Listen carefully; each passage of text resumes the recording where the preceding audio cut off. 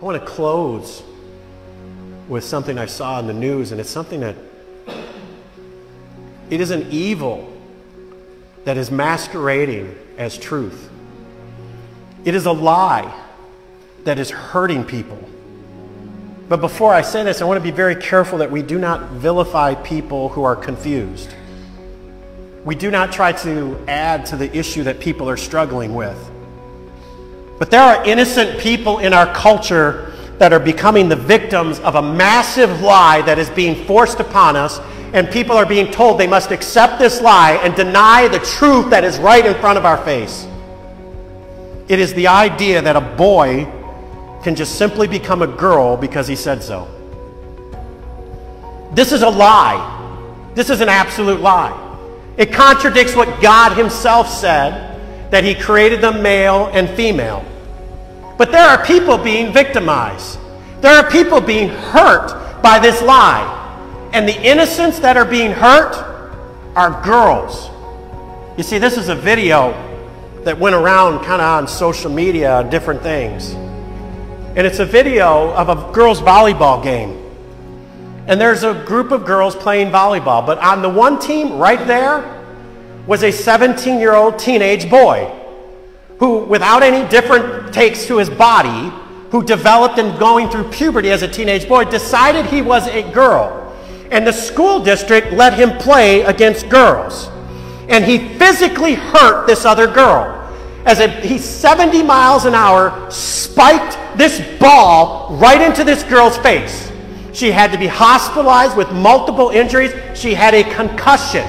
She was carried out. She will never be the same because of this. This lie that a boy can be just like a girl simply by it saying it is hurting girls. Girls are getting robbed of opportunities. The nonsense of Penn University allowing a man to compete against other college girls and then applauding him and saying, oh, he's the woman of the year. He's our athlete of the year. No, he's robbing opportunity from biological girls, and it's wrong. But they are also hurting physically. This girl getting this concussion should have never taken place. A local news reported on it because this one high school that the girl played on said, we will no longer play this team. Our girls will just simply forfeit. And a local news gave this story, but they never once said why. They never once said that the person spiking this ball 70 miles an hour into this face of this innocent girl was a biological male. And see this video, this nonsense, this garbage that's being taken place here, this girl getting hurt right in front of your eyes because people refuse to identify the truth is no different than genital mutilation that's taking place in children in our country today. 16-year-old girls having their breasts surgically removed by hospitals. Say, that's not taking place. Well, the videos of them bragging about it surfaced a few weeks ago, didn't it? And now they'll take those videos down because they don't want to be spotlighting on it. Putting children on puberty blockers. It is the same medication that we chemically castrate male sex offenders for, and putting that into their body and saying, oh, this won't affect them. It's reversible. It's a lie masquerading as a truth. And as a believer in Jesus Christ, we should stand up to it and say, no, this isn't right, because innocent people are being hurt. Innocent children are having their bodies deformed. Why is it? In the next few weeks, we will have an election. And if you go up there to vote and you're 6 years old, they're going to laugh at you and smile and, oh, say, sweetheart, you can't come up here and vote. Oh, sweetheart, you're just 12 years old. You're not mature enough to make these major decisions in voting because we don't think your brain is capable of processing the decision that you're having. You're 12 years old. You're not allowed to vote. But you can go as a 12-year-old and have your body mutilated. As a 12-year-old, you can take medication that will transform your body that you can never undo, and we will hold this lie up as true. Well, it's not true. It is a lie, and people are getting hurt. But with the truth, Christians have a responsibility not to win an argument at Thanksgiving. We have a responsibility not to already castigate people who might actually genuinely going through a mental illness and struggling with what they perceive as their identity. Look, it's insane to let a 12-year-old pick their career.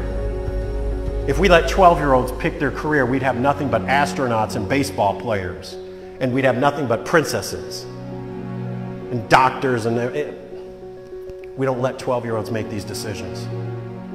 And it's hurting them. And there are people that are holding it up. How is this any different than what Pharaoh said about taking the boys and throwing them in? What did God expect the midwives to do? Protect these children. Listen, there are churches that allow accused sex offenders to still work with kids. It's wrong. It's evil. And it's wrong what you're seeing on your screen here today. We need to stand up in love with truth against evil and point people to Jesus. So what would Jesus do if he was in that gymnasium? Well, he cleansed the temple because they were hurting innocent people. Maybe Jesus would cleanse this gymnasium. Or maybe someone should have reached the boy who hit the ball. Maybe if somebody had loved him with the love of Christ. Maybe if there was a local church in North Carolina, because there's not enough churches down south. Maybe if there was a church that would love this teenage boy no matter what he wore or what he thought, and just loved him with Jesus and told him the truth, maybe none of this would have happened.